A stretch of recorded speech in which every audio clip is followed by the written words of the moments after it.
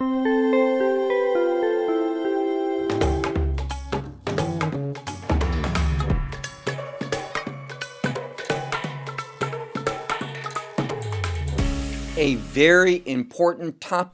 tema muy importante para los creyentes es el rapto o arrebatamiento. Es interesante porque el apóstol Pablo llama al arrebatamiento nuestra esperanza bendita. Por lo tanto, el arrebatamiento nos da esperanza, es una bendición, y noten bien que Pablo dice nuestra esperanza bendita, lo que para mí es muy importante, porque ese nuestra se refiere a nosotros, los creyentes. La razón por la que estoy grabando este mensaje es porque me topé con un video en YouTube sobre el arrebatamiento y hubo muchas cosas en ese video que encontré muy problemáticas y que no se basan en la verdad bíblica. Y dado que estos temas son importantes, me gustaría hablar brevemente de ellos en este corto video que estoy haciendo para ustedes en este momento.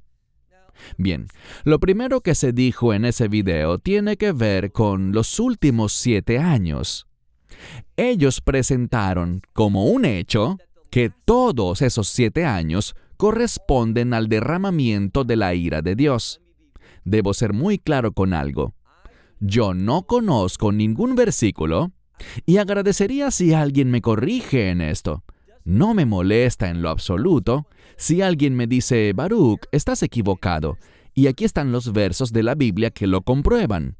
Estaría muy dispuesto a aceptar eso y hacer un video reconociendo públicamente que estaba equivocado, que necesitaba ser corregido y que estoy agradecido porque alguien me amó lo suficiente como para hacérmelo ver. Pero no conozco ningún versículo en la Biblia que pueda usarse para probar que todos esos últimos 7 años, que por el libro de Daniel conocemos como la semana 70 de Daniel, que todos esos 7 años, en todos ellos, la ira de Dios se derrama. De hecho, permítanme darles un verso de la Escritura que prueba lo contrario. El versículo se encuentra en Apocalipsis, capítulo 13, verso 5. Allí se habla de una bestia, y bíblicamente, una bestia es un imperio. A veces puede ser el líder del imperio, pero en este caso, para la primera mitad de Apocalipsis 13, estamos hablando del imperio que el anticristo dirigirá. Este imperio, y quiero ser muy específico, les animo a que revisen Apocalipsis capítulo 13, versículo 5. Allí dice sobre el imperio del anticristo que se le permitirá funcionar con autoridad durante 42 meses. Esto es importante porque esos 42 meses, o si decimos 1260 días o 3 años y medio, esas 3 formas de hablar sobre este periodo de tiempo, 1260 días, 42 meses o 3 años y medio, nos dejan saber que estamos hablando de esos últimos 7 años. Yo les sugeriría que especialmente se refiere a la primera mitad de esos 7 años. Lo que descubrimos es que al anticristo se le permitirá funcionar hasta cierto punto con autoridad y operar libremente también hasta cierto punto durante la primera mitad de la semana 70 de Daniel. Ahora, sabemos algo más. Se nos dice en el libro de Daniel, capítulo 9, al final de ese capítulo, que se establecerá un pacto que durará una semana, lo que significa por 7 años. Y en la mitad de esa semana se pondrá fin a los sacrificios y a las ofrendas. Eso nos informa que al comienzo de ese tratado, deberíamos esperar que exista un templo en funcionamiento. Pero a mitad de esa semana, después de 3 años y medio o 42 meses, o 1260 días, se pondrá fin a los sacrificios y a las ofrendas, los cuales comenzaron, según yo sugeriría, al inicio de esos 7 años. Pero dejando eso de lado, seamos muy claros. el anticristo operará con cierto grado de libertad durante 42 meses. Esto no sucederá con la ira de Dios derramándose al mismo tiempo. Al anticristo se le permitirá obrar, y vemos que la ira de Dios llegará en un momento posterior, y habrá una señal de eso, una señal muy informativa. Leemos al respecto, por ejemplo, en Apocalipsis capítulo 6, verso 12. Allí se habla de esa señal. ¿Cuál señal? El sol se volverá negro y la luna se volverá roja, roja como la sangre. Y vemos algo muy similar en el libro de Joel. Joel, hacia el final del capítulo 2, aunque en el idioma original, en la Biblia hebrea, en realidad es el capítulo 3 donde vemos esto. Habrá una señal que nos dejará saber que la ira de Dios está cerca. ¿Cuál será? El sol se volverá negro y la luna se pondrá roja como sangre. Esto sucede antes del día del Señor, como dice Joel, y el día del Señor es una expresión que habla del derramamiento de la ira de Dios. Lo interesante es que en el libro de Apocalipsis capítulo 6, con el 6º sello, vemos que allí se le llama la ira del Cordero. ¿Por qué? Aprendemos del Evangelio de Juan que todos los asuntos de juicio, incluida la ira de Dios, han sido entregados al Hijo, entregados al Cordero, al Mesías Yeshua, Jesucristo, para que Él sea quien lo administre. Y Él administrará la ira de Dios, pero antes de que lo haga, vendrá el arrebatamiento de la iglesia. ¿Por qué? Un verso muy importante. Primera a los Tesalonicenses 5, verso 9. Dios hace una promesa a los creyentes. ¿Cuál promesa? Que nosotros seremos arrebatados, porque no hemos sido destinados para la ira. No estaremos aquí cuando comience la ira de Dios, sino que recibiremos la salvación. Eso significa victoria. Y esa victoria se traduce en ser parte del arrebatamiento. Entonces, hagamos un repaso brevemente. No hay escritura alguna que establezca que toda la semana 70 de Daniel se trata de la ira de Dios. De hecho, existen razones bíblicas para afirmar que durante la primera mitad de la semana 70 de Daniel, los primeros 3 años y medio, 42 meses o 1260 días, no veremos la ira de Dios, sino la actividad del imperio del anticristo. La ira de Dios comenzará poco después de la abominación desoladora. En cuanto al arrebatamiento, nadie sabe el día ni la hora, y lo mismo sucederá con la abominación desoladora. Luego, en algún momento posterior, no sabemos si se trata de horas o de algunos días, o quizás de una semana o incluso de un mes. Todo lo que sabemos es esto: el arrebatamiento ocurrirá antes de que la ira de Dios caiga. Y no hay razón para creer que la ira de Dios comenzará antes de la abominación desoladora. En cuanto al tiempo del arrebatamiento, nadie sabe el día ni la hora. Yo sugeriría, basado en la segunda carta a los Tesalonicenses capítulo 2, que la abominación desoladora debe ocurrir primero. Pero tratemos otro asunto, y es el siguiente. En ese video que vi hace poco, y que les comenté que me parece muy problemático, se hizo una pregunta, y la pregunta fue: ¿qué pasará con los niños pequeños, especialmente con los hijos pequeños de creyentes? ¿Serán llevados en el arrebatamiento? Bueno, bíblicamente hablando, y esa es la única manera en la que debemos hablar. No debemos dar conjeturas, no debemos simplemente decir lo que la gente quiere oír o lo que a la gente le gustaría creer.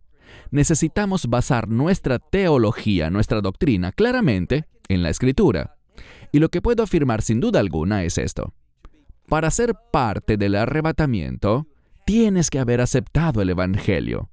Si alguien es demasiado joven y no ha aceptado el Evangelio, no hay evidencia bíblica de que serán llevados en el arrebatamiento. Sin embargo, en ese video, el maestro dio 3 razones por las que él cree que los hijos creyentes, o mejor dicho, los hijos de los creyentes, quiero decirlo correctamente, él dio 3 razones por las que los hijos de los creyentes probablemente serán llevados en el arrebatamiento. ¿Qué dijo él? Él dijo, bueno, yo veo, por ejemplo, en las Escrituras, que a Dios le gusta salvar a las familias. Y yo estoy de acuerdo con eso. Dios quiere salvar a todos, incluidas las familias. Y dio el ejemplo de Noé. Él dijo, Noé y su familia fueron salvados. Eso es cierto, pero todos entraron en el arca. Para ser salvados del diluvio, tenían que haber estado dentro del arca. Ellos no fueron salvados simplemente por una relación familiar. Fueron salvados porque entraron en el arca. Del mismo modo, si alguien va a participar en el arrebatamiento, tiene que entrar en ese nuevo pacto a través del Evangelio. Él dio otro ejemplo, la Pascua. Él dijo que la Pascua fue para cada familia. Es cierto, para todo hogar, pero aquí está el problema. Para poder beneficiarse de la experiencia de la Pascua, ese hogar tenía que guardar la Pascua. Es decir, que tenía que sacrificar el cordero, tomar la sangre del cordero y ponerla sobre los postes de la puerta y sobre el dintel. Si una familia no hacía eso, no sería liberada de la plaga, de esa 10ª plaga, la muerte de los primogénitos. El ángel de la muerte visitaría esa casa.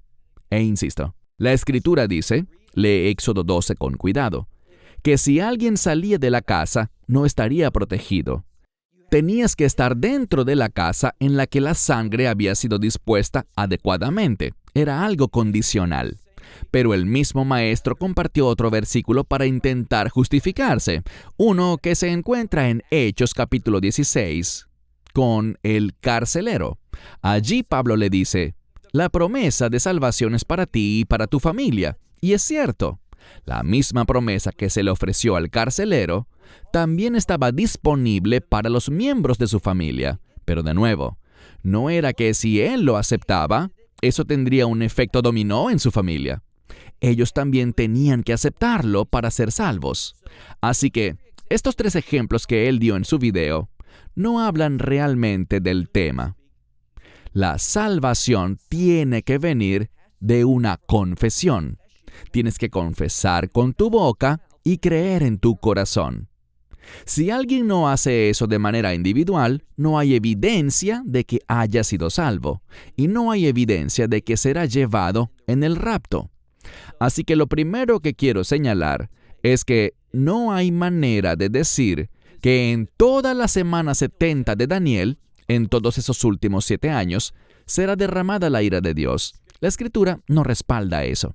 Y lo segundo es que no hay evidencia bíblica de que un niño será parte del rapto solo porque sus padres fuesen creyentes. Todos los que serán arrebatados creyeron en el Evangelio individualmente. No hay otra manera. Debes aceptar el Evangelio para ser parte del arrebatamiento. Y lo tercero que quiero hablar es un gran ejemplo de cómo no hacer un estudio bíblico ni impartir una enseñanza bíblica. En este video se dijo que aproximadamente 2.000 millones de personas en el planeta hoy día son creyentes. No sé si ese número es real, pero supongamos con fines didácticos que lo es, que hay 2.000 millones de creyentes en el planeta ahora mismo.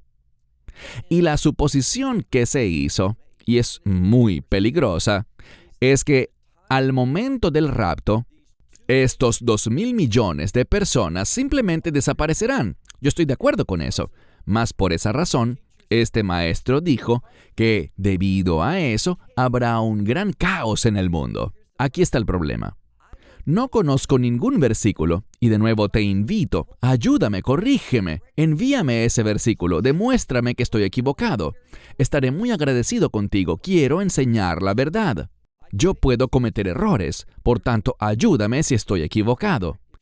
Si tienes un verso que diga lo contrario, muéstramelo. Simplemente yo no conozco un versículo que asocie el rapto, después de que ocurra, con que habrá un caos en el mundo. Simplemente porque esas 2.000 millones de personas ya no estarán en el mundo. Entiendo que se han escrito libros con esa idea y películas se han filmado sobre el mismo tema, con base en la especulación y en la lógica humana, que conducen a esa conclusión. Pero la Biblia no lo describe así, y me gustaría presentar un punto de vista alternativo, y es el siguiente. Cuando miramos profecías del Nuevo Testamento, de autores como Pedro, Pablo y Juan, en el libro de Apocalipsis, y del propio Yeshua, ellos hablan de que en los últimos tiempos habrá una persecución intensa, y yo te sugeriría que esa intensa persecución será antes del arrebatamiento contra la iglesia. El Mesías dijo, «Me odiaron a mí y les odiarán a ustedes. Me persiguieron a mí y los perseguirán a ustedes». Y si ves, por ejemplo, para ser bien específicos, si te diriges al libro de Apocalipsis en el capítulo 6, allí se menciona una serie de sellos. Obviamente el Mesías está en control. Él es el que puede romper y abrir los sellos. ¿Por qué puede hacerlo? Porque Él es soberano. Él está al control. Nada sucede fuera de su tiempo y sin su permiso. Pero, ¿significa eso que Él es quien causa estas cosas de los sellos? Absolutamente no. Por ejemplo, el quinto sello derrama una persecución. ¿Será el Mesías la fuente de persecución contra esos creyentes que son fieles, que tienen el testimonio de Cristo y que son fieles a la palabra de Dios? ¿Será Él quien los persigue? No. La fuente de todo ese sufrimiento, persecución y tribulación es el enemigo. Pero Juan revela esto en el sexto sello, y ese sexto sello tiene una señal. Y dice específicamente en el verso 12 de Apocalipsis 6, búscalo. Allí dice que el sol se volverá oscuro, negro, y la luna se volverá roja como sangre. ¿Cuándo? Antes de la ira del Cordero. Esa señal que se menciona allí, que el sol se oscurecerá, se pondrá negro, y la luna roja como sangre, también se menciona en Joel, en la profecía de Joel, en la mayoría de las Biblias en el capítulo 2, hacia el final del capítulo, que en la Biblia hebrea es el capítulo 3. Y lo que dice allí es que el sol se oscurecerá y la luna se pondrá roja como sangre antes del día del Señor. El día del Señor, de nuevo, es una expresión que se refiere específicamente a la ira de Dios. Pero sabemos algo. Sabemos que todos los asuntos del juicio de Dios han sido confiados al Hijo, al Mesías, a Yeshua, a Jesús. Así que Él es quien derramará la ira de Dios en los últimos días.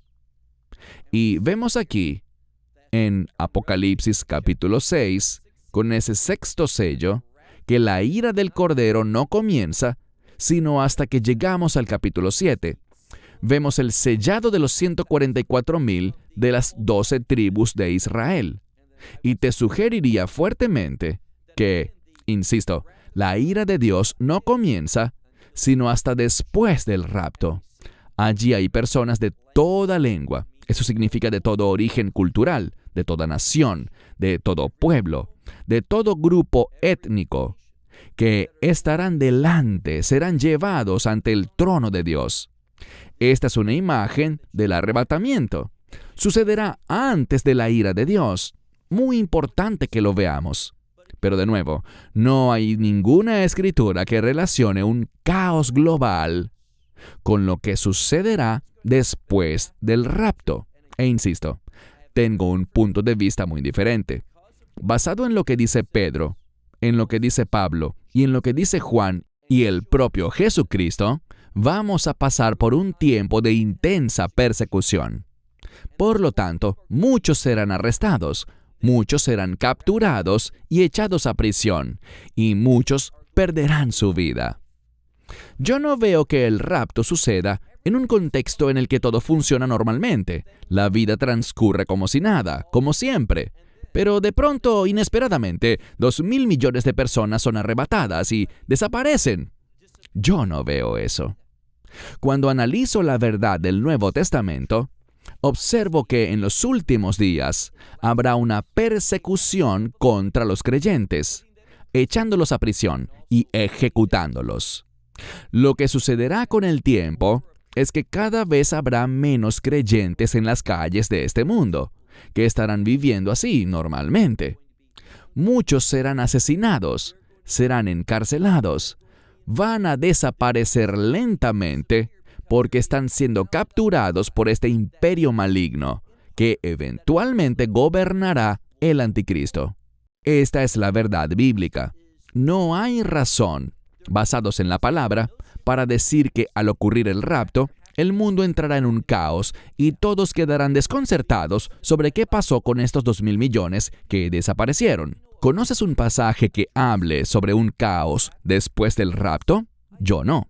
Así que basémonos en la palabra. No hagamos estudios bíblicos basados en especulaciones, inferencias o en lo que pensamos que será agradable de oír para la gente. Hagamos estudios bíblicos basados en lo que dice la Escritura claramente.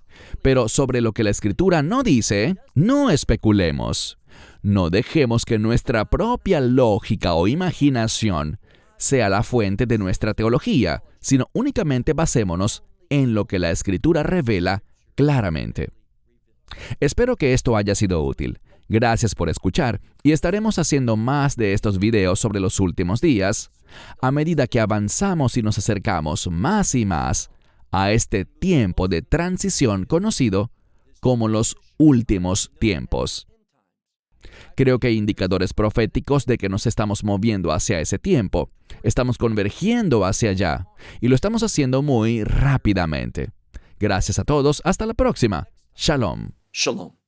Esperamos que te hayas edificado con el mensaje de hoy y lo compartas con otros. Te invitamos a seguir nuestros estudios cada semana por este canal y por el portal de YouTube de Amarás a Israel. También puedes descargar nuestra aplicación móvil gratuita, Mi Estudio Bíblico. Finalmente, para obtener más información sobre nosotros, visita nuestra web amarasaisrael.org, donde encontrarás otras conferencias de Baruch en audio, video y texto. Hasta el próximo programa. Que el Señor te bendiga en Yeshua HaMashiach, Jesús el Mesías, mientras caminas con Él. Shalom desde Israel.